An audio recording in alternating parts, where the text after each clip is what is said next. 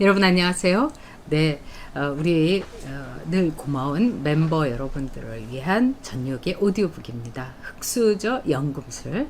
네, 오늘 주제는요. 2022년을 꿈꿔라입니다. 사랑하는 꿀단지, 너 속상해 죽겠지?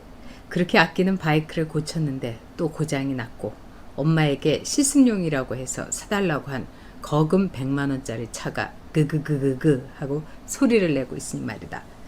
그동안 너는 엄마에게 수리비며 보험료며 어지간히 신세를 졌지. 게다가 차만 사주면 그 다음은 내가 알바를 해갖고 어떻게든지 해결하겠다고 큰 소리를 쳤지만 지금은 기억하고 싶지도 않지. 앞으로 공부하면서 알바를 해도 내가 감당하기에는 너무 버거울 거야. 그러니까 아침부터 끙끙끙. 그런데 엄마는 다 알고 있었어. 왜냐면 네가 지금 갖고 있는 것들은 다 돈 먹는 하마들이거든. 즉 차, 바이크 같이 덩치 큰 것들을 갖고 있으면 절대로 돈을 모을 수가 없어.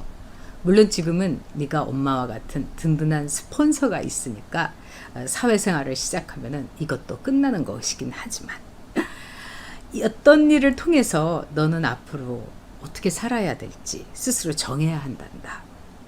일단 세상에 싸고 좋은 곳은 없단다. 특히 내가 큰 소리를 치면서 산 중고 바이크나 중고 자동차가 그래. 엄마가 보기엔 중고라고 하기에도 뭐한 낡은 것들이지.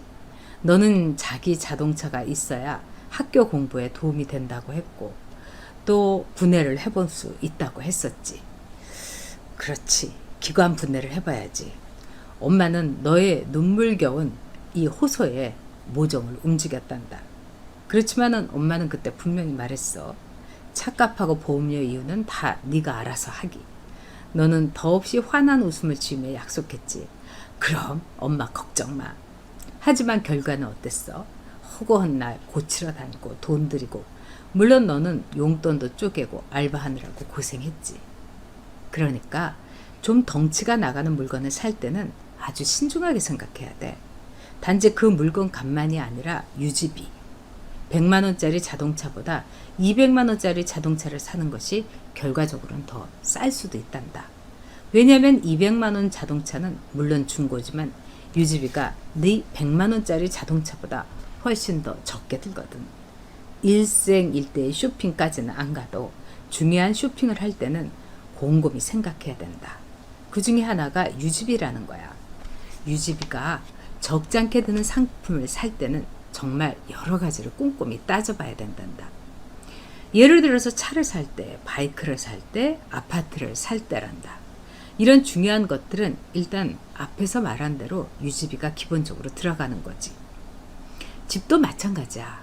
집을 처음 살 때 취득세를 비롯해 해마다 적지 않은 세금을 내야 된다. 게다가 아파트 관리비도 매달 내야 되는 거지. 그뿐 아니라 집을 팔 때는 또 양도세라는 것도 내야 돼. 그리고 소유하는 집 때문에 건강보험료도 쑥 올라가지. 즉 유지비가 만만치 않게 들어가는 거지. 그러니까 유지비가 저렴한 쪽을 선택하는 것도 그 물건의 가격을 따지는 것만큼 꼭 짚어봐야 되는 거란다. 그리고 두 번째, 꼬리에 꼬리를 무는 소비를 가져온다는 점이야. 예를 들면 네가 자동차를 가지니까 이것저것 하고 싶은 게 많을 거야.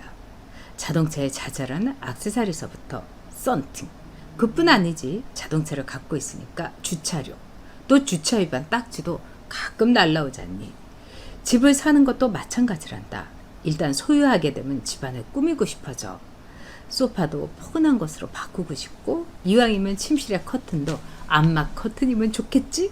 그리고 냉장고를 비롯한 가전제품도 새 집에 맞게 쫙 채워서 들여놓고 싶고. 이게 사람들의 심리란다. 그래서 건축 경기가 살아나야 경제가 살아난다는 그런 게 또 우리의 경제의 말하자면 상식이지. 보통 아파트 한 집이 입주를 하면 관련 업종 220군데에서 일감이 생긴다고 해. 그만큼 집이나 자동차 등 덩치가 큰 물건들은 관련 소비를 꼬리에 꼬리를 무는 거란다. 꿀단지, 내가 부자라면 당연히 소비 좀 해주셔야지. 하지만 너는 이제 시작이잖니? 게다가 통장에 지금 잔고가 얼마나 있어? 내가 몇 년 뒤에 사회에 나갈 때 그보다는 낫겠지만 결국은 그 비슷한 수준에서 출발을 해야 하는 거지. 그러니까 꿀단지 경제적으로 빨리 자리 잡고 독립하고 싶다면 제일 좋은 방법은 단 하나야. 일단 내가 갖고 있는 자동차나 바이크 같은 것을 과감히 포기해야 돼. 이유는 단 하나야. 그런 것들을 갖고 있으면 돈을 모을 수가 없어. 버는 족족 그 바이크 수리와 중고 자동차 유지비로 들어갈 것이 분명하니까. 그렇다고 평생 지하철만 버스만 타고 다니란 말은 아니야. 너 스스로 계획을 세우라는 거지. 나는 어느 정도 돈을 모을 때까진 바이크나 자동차를 타지 않겠다. 대신 언제부터는 폼나는 멋진 자동차를 사겠다. 이런 식으로 말이지. 어때 꿀단지? 2022년에 그때 사는 거는? 네, 오늘 여러분들하고 이 소비의 문제 2022년을 꿈꿔라 말씀해 드렸습니다. 다음에는요. 푼돈을 아끼기 위한 저축부터 해라.